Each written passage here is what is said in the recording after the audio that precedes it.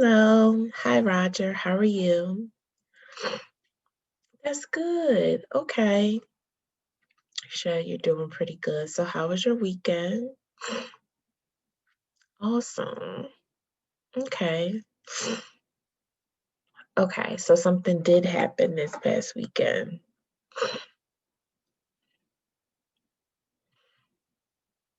Mm. Okay. So, you got into an argument with your girlfriend and you broke up with her.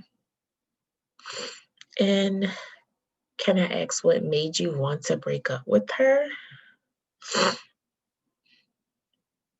Mm. Okay.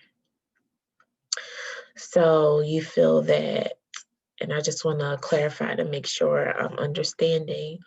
You feel that once something happens that's bad, it's going to happen again and again, no matter what.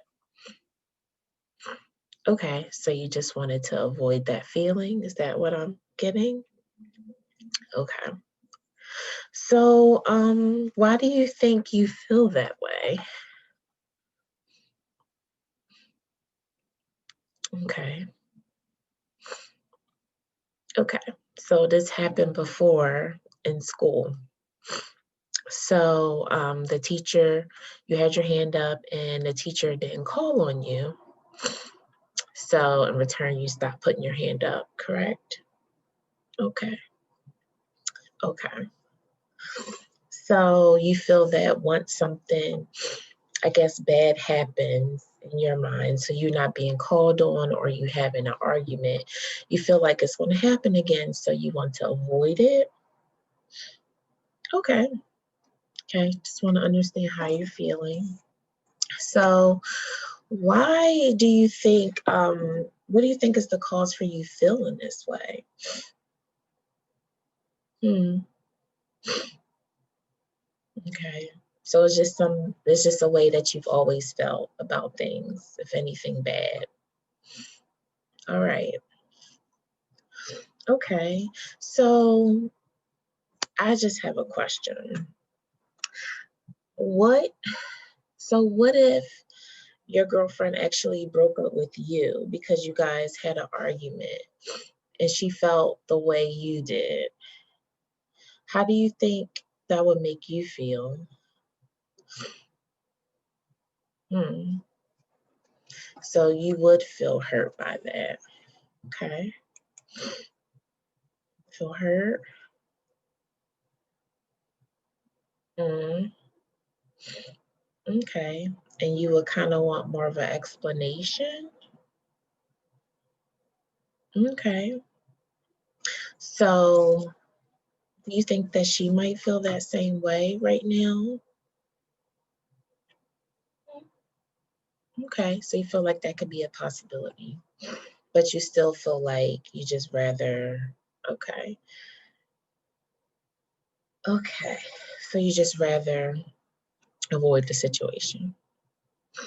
So, I just have a question. Do you feel that it's okay to make a mistake? Hmm. Okay. So making a mistake is, you feel like that's a little difficult for you to handle.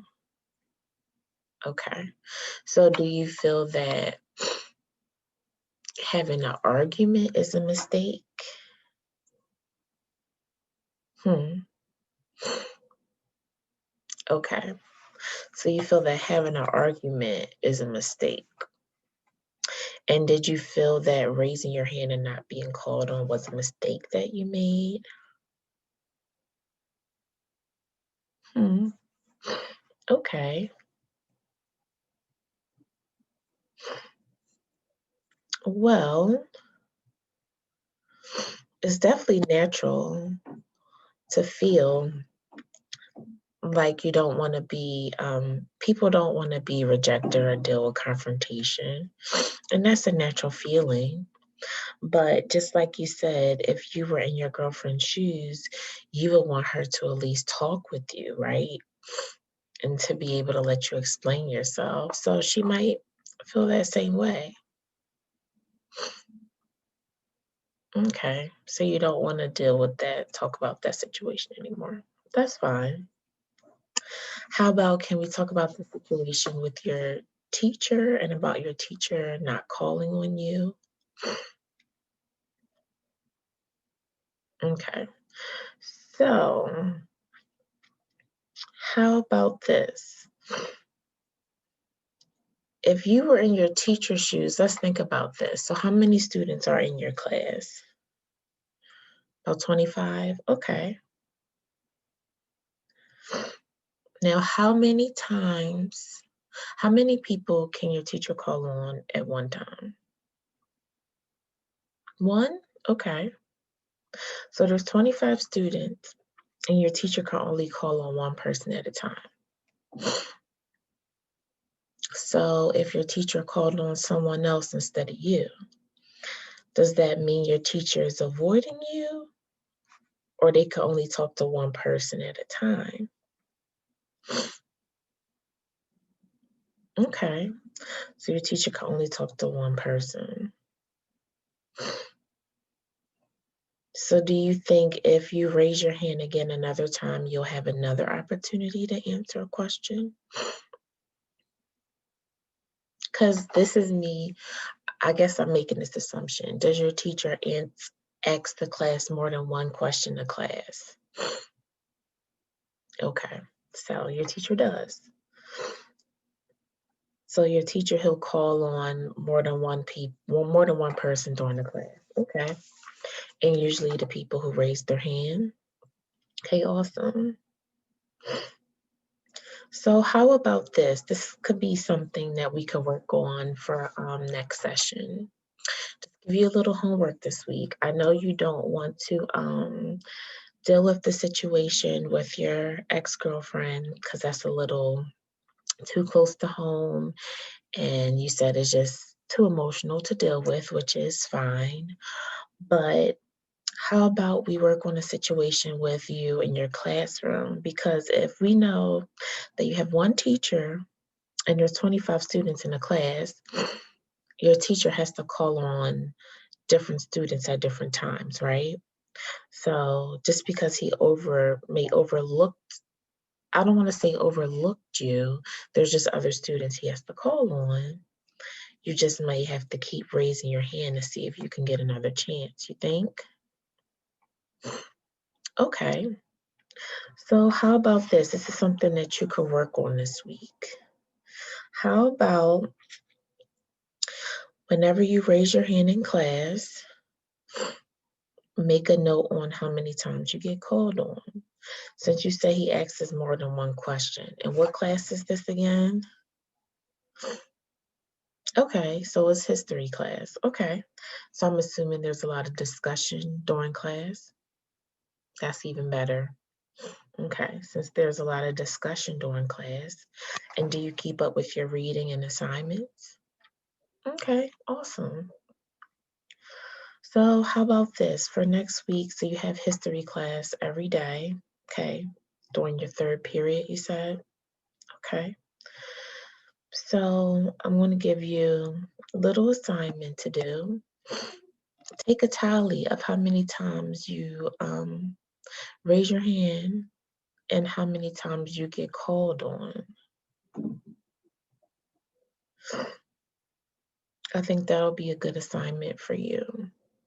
Let's just see how that works out. Because if you have 25 students in your class, the assumption is if you keep raising your hand, he's going to eventually call on you, right? Yeah, because there's so many people. If he's one person, he can only ask a question one at a time. So the odds of getting called on will increase if you keep raising your hand, showing that you are ready to participate, right? Mm. And do you guys get a participation grade for class? Okay, awesome. So let's focus on that. If you get a participation grade, right, within your class, if you're raising your hand, that's participation. So therefore, let's focus on you participating in class, raising your hand, just raising your hand whether you get called on or not, because you have a participation grade anyway. So if your teacher always sees your hand getting raised, you're trying to participate, right? Okay, awesome.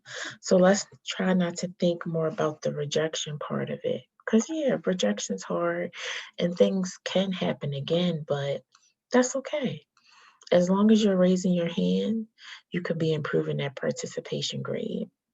So, how about you create like a tally for me? Just do tally marks every time you raise your hand, and then circle every mark for every time you get called on and see what happens next week. Does this sound like a deal? Okay, Roger. Okay, well, you have a wonderful week, and I will talk to you next week. All right, bye bye.